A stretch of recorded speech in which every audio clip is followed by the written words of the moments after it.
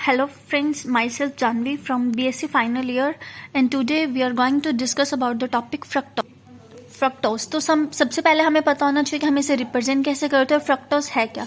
तो फ्रक्टोज क्या है? एक मोनोसेकेराइड शुगर है। मोनोसेकेराइड क्या होता है कि वो सिंपल शुगर जिनको हम आगे हाइड्रोलाइज नहीं कर सकते और स्मॉलर मॉलिक्यूल्स लेने के लिए, ठीक है। तो हम फ्रक्टोज को कैसे रिप्रेजेंट करते हैं? ऐसे। इसमें जो डी साइन है ये क्या रिप्रेजेंट करता है? इसकी कॉन्फिग्रेशन। डी एंड एल दो कॉन्फ़िगरेशन होते हैं। तो डी ये विद रिस्पेक्ट टू ग्लिसरॉल्डिहाइड होती है, बट ये बाद में करेंगे। तो डी से हमें इसे कॉन्फ़िगरेशन पता चलती है। नेगेटिव और पॉजिटिव दो साइन आता है। नेगेटिव साइन का मतलब होता है कि वो कंपाउंड लीवो रोटेटरी है, और अगर पॉजिटिव साइन है तो वो कंपाउंड होता है डेक्स्ट्रो रोटेटरी। तो यहाँ पे फ्रक्टोज के आगे नेगेटिव साइन है, तो नेगेटिव साइन है तो उसका मतलब है कि लीवो रोटेटरी। और लीवो रोटेटरी क्या होता है आगे हम ऑप्टिकल एक्टिविटी में पढ़ेंगे।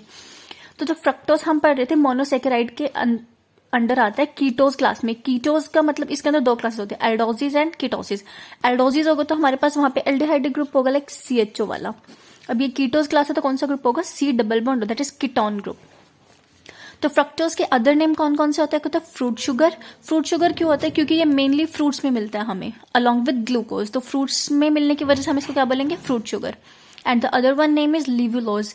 लिवुलोज क्यों बोलते हैं हम इसे? क्योंकि लीवो रोटेटरी है नेचर में। लीवो रोटेटरी मतलब it rotates the plane of polarise light to the left. मतलब ये प्लेन ऑफ पोलराइज लाइट को लेफ्ट में रोटेट कर देते हैं, इसलिए इसको बोलते हैं लीवो रोटेटरी। और जो राइट में रोटेट करते हैं उसको बोलते हैं हम डेक्स्ट्रो रोटेटरी। तो अब हम पढ़ते हैं कि फ्रक्टोज को हम प्रिपेयर कैसे करते हैं। एक लेबोरेटरी प्रिपरेशन होते रहते हैं, कमर्शियल प्रिपरेशन। तो लेबोरेटरी प्रिपरेशन कैसे करते हैं? हम सुक्रोज की हाइड्रोलिसिस करते हैं acidic medium with dilute H2SO4। तो सुक्रोज लिया हमने, सुक्रोज का फॉर्मूला C12H22O11। इसकी हाइड्रोलिसिस की, एसिडिक मीडियम है तो H पॉजिटिव। तो यहां से हम इसकी हाइड्रोलिसिस से हमें अलॉन्ग विद फ्रक्टोज ग्लूकोज भी मिलता है। तो सुक्रोज की हाइड्रोलिसिस करके हमें क्या मिला? ग्लूकोज और फ्रक्टोज। उसके बाद जब हमने इसको हाइड्रोलाइज किया, अब हाइड्रोलाइज किया एसिडिक मीडियम में, तो जो मीडियम है वो एसिडिक होगा, उसको हम न्यूट्रलाइज कराएंगे किसके साथ? बैरियम कार्बोनेट के साथ। तो यहाँ पे क्या प्रेजेंट था हमारे पास? इसमें H2SO4 था, H2SO4 था। अब हमने क्या डाला है? BaCO3। तो यहां से बैरियम और सल्फेट, इसके प्रेसिपिटेट्स मिलके क्या बन जाएगा? बैरियम सल्फेट के प्रेसिपिटेट बनेंगे। उनको हम रिमूव कर देंगे फिल्ट्रेशन से। उसके बाद जो फिल्ट्रेट बचा है उसको हम ट्रीट करेंगे स्लेक लाइम से। स्लेक लाइम क्या होता है? हमारा कैल्शियम हाइड्रोक्साइड। तो हम उसको स्लेक लाइम के साथ ट्रीट करेंगे तो हमारे पास दो चीजें बनेंगे, कैल्शियम फ्रक्टोसेट एंड कैल्शियम ग्लूकोसेट। क्योंकि हमारे पास यहाँ पे ग्लूकोज भी था। जो कैल्शियम ग्लूकोसेट होता है वो सोल्यूबल होता है सोल्यूशन में, तो वो सोल्यूशन में रहेगा। और जो कैल्शियम फ्रक्टोसेट है उसके जो प्रेसिपिटेट्स बनेंगे तो वो प्रेसिपिटेट्स को हम बाहर निकाल लेंगे। फिर उसके बाद जो कैल्शियम फ्रक्टोसेट है इसका फॉर्मूला हो जाएगा C6H12O6 देन CaO। इसको में हम इसको डिकम्पोज कर लेंगे by passing carbon dioxide through it. इसमें से कार्बन डाइऑक्साइड पास करके तो ये डिकम्पोज हो जाएगा। तो यहाँ से हमें कैल्शियम, यहाँ से हमें फ्रक्टोज मिल जाएगा एंड कैल्शियम कार्बोनेट। तो जो प्रेसिपिटेट्स बनेंगे यहाँ से कैल्शियम कार्बन के बोनेट के, उनको हम फिल्टर आउट कर लेंगे। और फिल्ट्रेट को जब कंसंट्रेट और क्रिस्टलाइज करेंगे तो हमें क्रिस्टल्स और फ्रक्टोज मिलेगा वहां से। तो ये थ्री इसकी laboratory preparation from sucrose bye hydrolysis of sucrose. Second one is commercial preparation है। तो कमर्शियल प्रिपरेशन हम कैसे कराते हैं? इसकी इनुलिन से कराते हैं। इनुलिन क्या होता है? ये एक पॉलीसेकेराइड होता है और ये मेनली कहाँ पे होता है? डहलिया ट्यूबर्स में। और इनुलिन क्या है? पॉलीमर ऑफ फ्रक्टोज है। तो इसका फॉर्मूला C6H10O5N। इसकी हम हाइड्रोलिसिस करा देंगे तो हमें हाइड्रोलिसिस करा के क्या मिल जाएगा? यहाँ से फ्रक्टोज। इसकी जो हाइड्रोलिसिस थी वो भी हमने एसिडिक मीडियम में कराई थी। तो एसिडिक मीडियम में कराने की वजह से हम इसको न्यूट्रलाइज करेंगे बैरियम हाइड्रोक्साइड से। जबकि जो लेबोरेटरी प्रिपरेशन थी वहां पे हम किससे हाइड्रोलाइज कर रहे थे? बैरियम कार्बोनेट से। यहाँ से हमने किससे किया? बैरियम हाइड्रोक्साइड से हमने इसको न्यूट्रलाइज कराया। तो यहाँ से भी प्रेसिपिटेट्स बैरियम सल्फेट के बनेंगे, हम उनको फिल्टर आउट कर लेंगे। और जो फिल्ट्रेट है उनको कंसंट्रेट कराएंगे इवेपोरेशन से, तो वहां से हमें फ्रक्टोज के क्रिस्टल्स मिल जाएंगे। अब पढ़ते हैं इनकी फिजिकल प्रॉपर्टीज। फिजिकल स्टेट की अगर हम बात करें तो एक कलरलेस होता है, क्रिस्टलाइन सॉलिड होता है जिसका मेल्टिंग पॉइंट है 393 केल्विन। और इसका टेस्ट ऑब्वियसली शुगर है तो और फ्रूट्स में मिलता है तो टेस्ट स्वीट होगा। सॉल्युबिलिटी, और ये वाटर और अल्कोहल में ग्लूकोज से ज्यादा सोल्यूबल होता है। बट स्वीटनेस, ये इसकी मेन प्रॉपर्टी है कि स्वीटेस्ट ऑफ ऑल शुगर, मतलब इस सुक्रोज से भी 75% मोर स्वीट होता है। और ऑप्टिकल प्रॉपर्टी में हम ये पहले भी बोल चुके हैं, ये लीवर रोटेटरी है, इसीलिए इसका नाम लिवोलोज है। और ये मतलब एक अकेली कॉमनली नेचुरली ऑकरिंग मोनोसेकेराइड है जो लीवर रोटेटरी है। तो ये इसकी एक मेन प्रॉपर्टी है कि ये नेचुरली ऑकरिंग ओनली मोनोसेकेराइड है जो लीवर रोटेटरी है। आगे हम डिस्कस करते हैं इनके केमिकल रिएक्शन। केमिकल रिएक्शन में एक ही रिएक्शन मेन होती है। रिएक्शन मतलब ऐसे बहुत सारी रिएक्शन है, बट जो मेन हमारे सिलेबस में वही reaction with phenyl hydrazine. Phenyl hydrazine का फॉर्मूला होता है C6H5NH NH2, इसका मॉलिक्यूलर फॉर्मूला। तो ये हमने लिया फ्रक्टोज, ये है फिनाइल हाइड्रोजीन। अगर हमने इन दोनों के साथ रिएक्शन कराई तो हमें यहां से क्या मिलता है, फ्रक्टोज फिनाइल हाइड्रोजोन। सब कुछ सेम रहा। यहाँ पे जो C डबल बॉन्ड O था, इसकी जगह पे जहाँ के बस यहाँ पे ये वाला ग्रुप जाके अटैच हो जाएगा with the loss of water molecule. तो जब ये फिनाइल हाइड्रोजन के साथ रिएक्ट करता है तो हमें फ्रक्टोज फिनाइल हाइड्रोजोन मिला, जैसे ही हमें ग्लूकोज फिनाइल हाइड्रोजोन मिल रहा था सेम।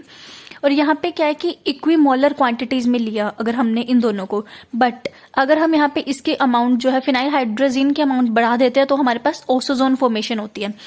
वन फ्रक्टोज को अगर हम ट्रीट करते हैं एक्सेस ऑफ फिनाइल हाइड्रोजोन तो हमें वहां से क्या मिलता है, ओसोजोन। हमने यहाँ पे क्या लिया, फ्रक्टोज को रिएक्ट कराया हमने। जो पीछे था वहां पे दोनों इक्विमोलर क्वांटिटीज में थी, फ्रक्टोज भी और ये फिनाइल हाइड्रोजीन भी। लेकिन यहाँ पे हमें जो फिनाइल हाइड्रोजीन लिया ये हमने कैसे लिया है, एक्सेस में लिया। जब हमने इन दोनों को रिएक्ट कराया तो हमारे पास यहाँ से क्या मिला, फ्रक्टोसोजोन। और ये साइड प्रोडक्ट्स निकले यहाँ पे, इसको हम बोलते हैं फ्रक्टोसोजोन। और ये जैसा जैसा था ना, जैसा ग्लूकोसोजोन था उसके आइडेंटिकल है, एग्जैक्टली सेम। अगर हम इसका मैकेनिज्म पढ़ेंगे, इसके मेनली है फिशर मैकेनिज्म, तो पहले वो डिस्कस करते हैं। तो फिशर मैकेनिज्म में क्या होता है, सबसे ये है हमारा फ्रक्टोज। तो फ्रक्टोज सबसे पहले 1 मोल रिएक्ट करेगा फिनाइल हाइड्रोजीन का। वो सेम था जैसे हमने ये वाली रिएक्शन पढ़ी थी जहां से फ्रक्टोज फिनाइल हाइड्रोजोन मिला था। तो ये मिला हमें, ये था फ्रक्टोज।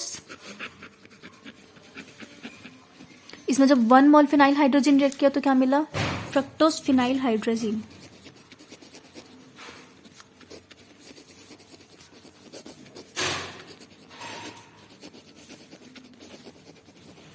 देन इसके साथ फिर सेकेंड मोल रिएक्ट करेगा। जो सेकेंड मोल है इसमें जो C6H5 ये जो फिनाइल हाइड्रोजीन है हमारा, तो ये एज ऑक्सीडाइजिंग एजेंट काम करेगा। तो ऑक्सीडाइजिंग एजेंट काम करेगा तो क्या करेगा, अल्कोहल को, जहाँ पे अल्कोहलिक ग्रुप है उसको अल्डिहाइडिक ग्रुप में ऑक्सीडाइज कर देगा।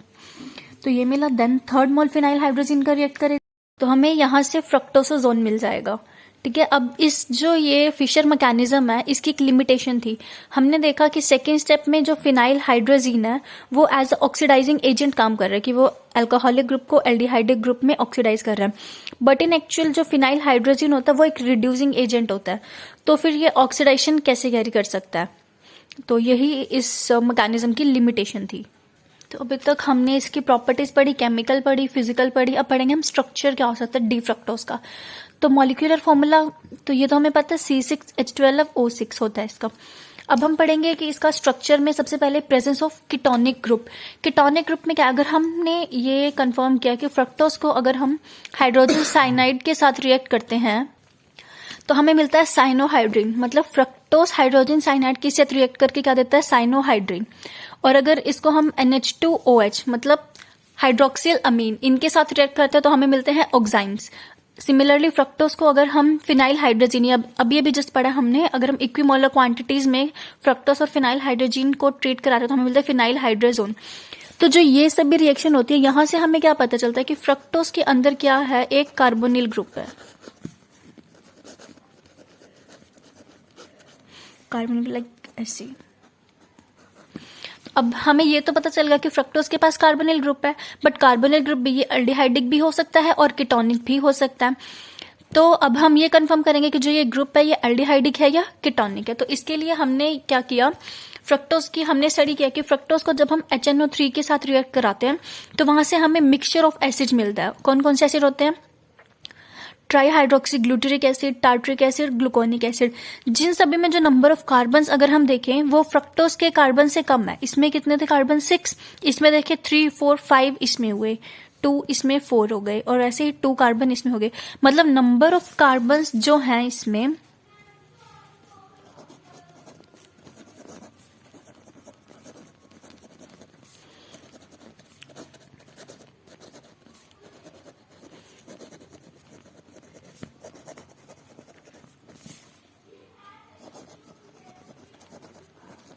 कि जो नंबर ऑफ कार्बन्स हैं प्रोडक्ट्स में वो लेसर है देन फ्रक्टोज। तो इससे हमें क्या पता चला कि जो कार्बोनिल ग्रुप है वो कैसा है, कीटोनिक है। क्योंकि अगर हमें सेम नंबर ऑफ कार्बन मिलते तो वो क्या होता, एल्डिहाइडिक ग्रुप होता, बट यहाँ पे लेसर है तो ये क्या हो गया, कीटोनिक ग्रुप हो गया। तो अब हमें क्या पता चल गया कि फ्रक्टोज के पास एक कीटोनिक ग्रुप है, 6 कार्बन है। अब हम देखेंगे इसमें कितने हाइड्रोक्सिल ग्रुप है।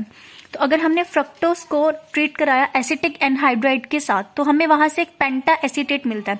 पेंटा एसीटेट मिलने का क्या मतलब है कि वहां पर हमें यहां से क्या मिला, पेंटा एसीटेट। क्योंकि अब यहाँ पे 5 हाइड्रोक्सिल थे तभी हमें पेंटा एसीटेट मिला ना। तो इस रिएक्शन से ये तो कंफर्म हो गया कि जो मतलब हाइड्रोक्सिल ग्रुप है वो यहाँ पे 5 है।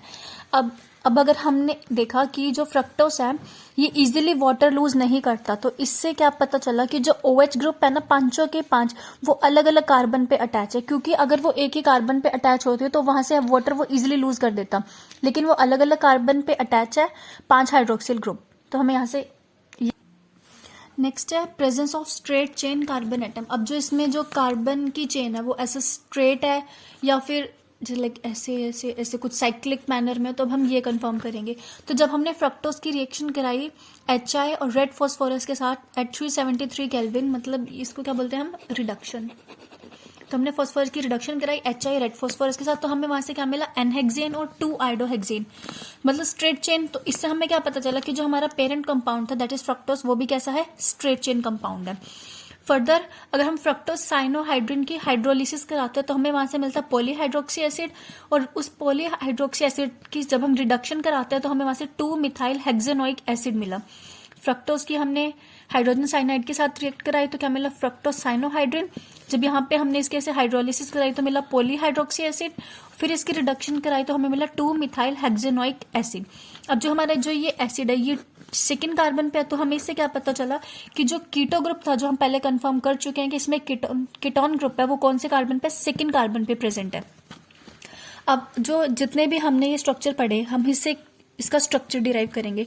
फर्स्ट ऑफ ऑल जो हमने ये किया था कि प्रेजेंस ऑफ कीटोनिक ग्रुप, सबसे पहले हमने देखा था इसमें एक कीटोनिक ग्रुप है, फिर 5 हाइड्रोक्सिल ग्रुप है, एंड देन हमने कंफर्म किया जो कीटोनिक ग्रुप है वो कैसे है, सेकेंड कार्बन पे अटैच है, और जो 5 हाइड्रोक्सिल ग्रुप थे वो हमारे अलग अलग कार्बन पे थे। तो ऐसे इसका स्ट्रक्चर बनेगा। यहाँ से हम अगर नंबरिंग स्टार्ट करें 1 2 3 4 5 6, तो जो ये स्ट्रक्चर है ये बनेगा। इसमें जो कीटोनिक ग्रुप है वो सेकेंड कार्बन पे है, 5 हाइड्रोक्सिल ग्रुप है 1 2 3 4 5, और ये पांचों कैसे हैं, अलग अलग कार्बन पे हैं।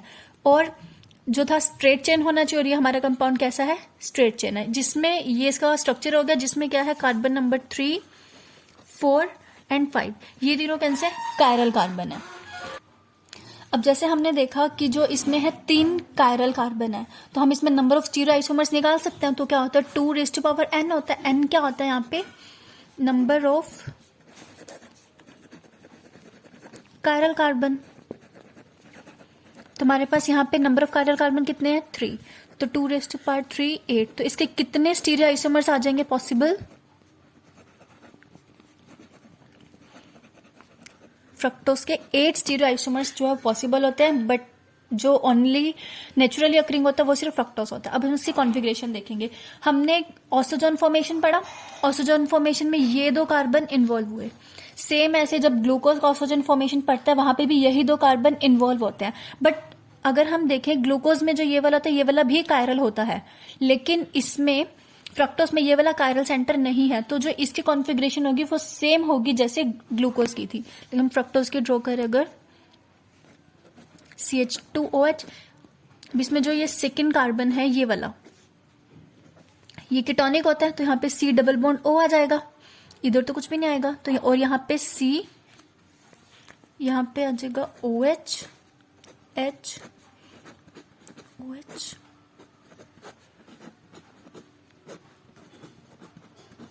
ये सेम कॉन्फ़िगरेशन है जैसे ग्लूकोज की थी, बस यहाँ पे C डबल बॉन्ड O आता है। ये होगा हमारा फ्रक्टोज। होप आप सबको समझ में आया होगा। तो हमारा टॉपिक यहीं पे ख़त्म होता है।